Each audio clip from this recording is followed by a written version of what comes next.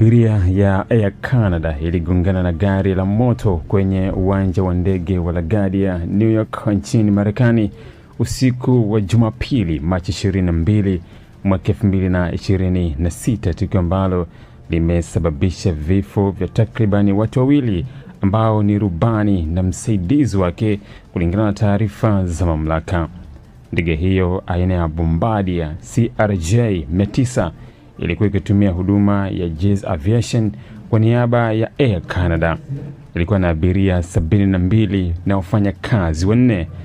Ndege hiyo ilitoka katika uwanja wa ndege wa kimataifa wa Montreal, ambao ni uwanja mkuu wa ndege wa jiji la Montreal, Canada.